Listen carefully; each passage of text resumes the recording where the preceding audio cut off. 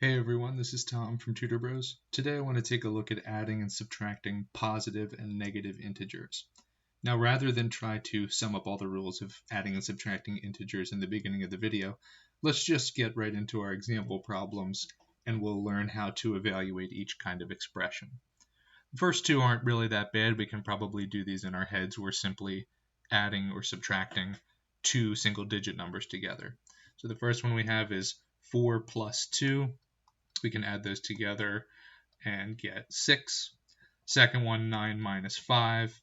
We subtract 5 from the 9 to get 4. So no surprises there. The next handful are a little bit trickier for varying reasons. Let's take a look at the next one where we have 3 minus 7. This one is tricky insofar as we are subtracting a larger number from a smaller one. Namely, we're taking 7 away from 3. So what's the easiest way to evaluate this? What I would do is I would factor out a negative from each of the two numbers so that we can switch the positions of the 7 and the 3, and thus we'll be taking a smaller number away from a larger number. The way we do that is we factor out the negative here, and then we put our expression in parentheses. So when we factor a negative out of each of these numbers, their signs become opposite. So it would be a negative 3 plus 7 rather than a positive 3 minus 7.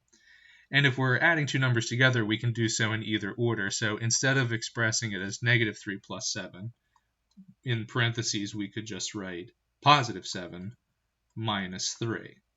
So we've changed the order, but we're permitted to do so because we're just adding the two numbers together.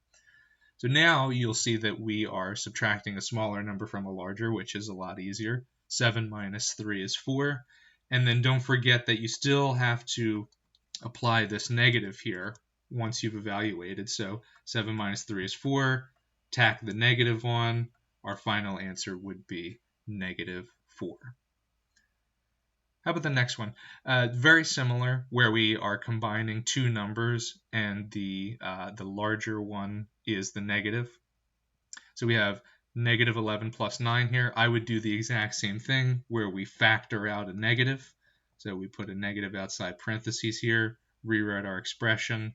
Negative 11 becomes positive 11, and plus or positive 9 becomes minus 9. Alrighty.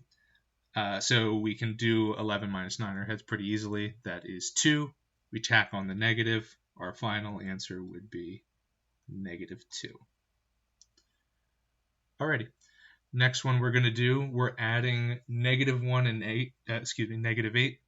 So we're adding two negative numbers together.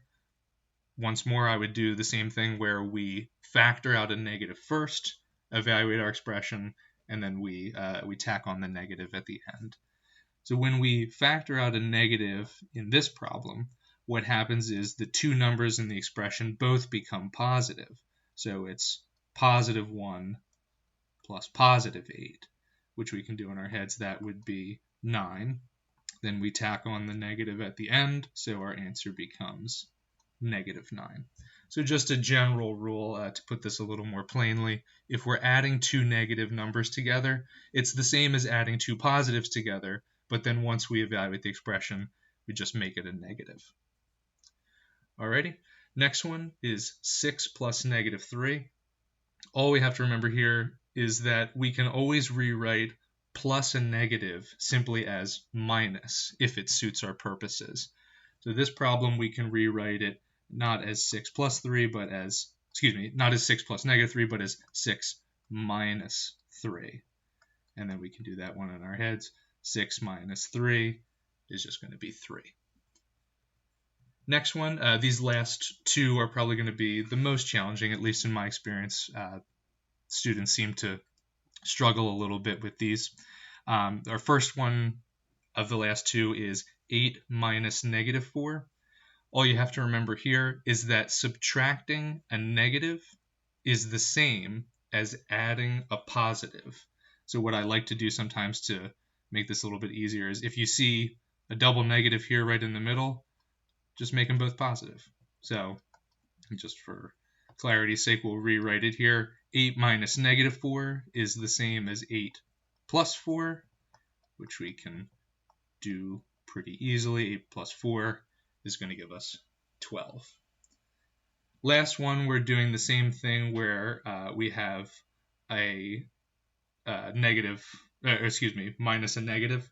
The extra little bit here is that the first number is also a negative. But I would start in the same spot that we did with the last one, where we simply rewrite this as plus a positive wherever we see minus negative. So we'll just rewrite it out here, negative 5 plus 10. And remember that if we're just adding two numbers together, we can write them in whichever order we want. So I would prefer to put the 10 first, since that's larger and positive. So we can just rewrite negative 5 plus 10 as 10 minus 5, same thing. And when we evaluate that, 10 minus 5 is going to give us 5. So there's a lot of different ways to approach adding and subtracting positive and negative integers. I believe that the methods that I have presented in this video are probably the most straightforward.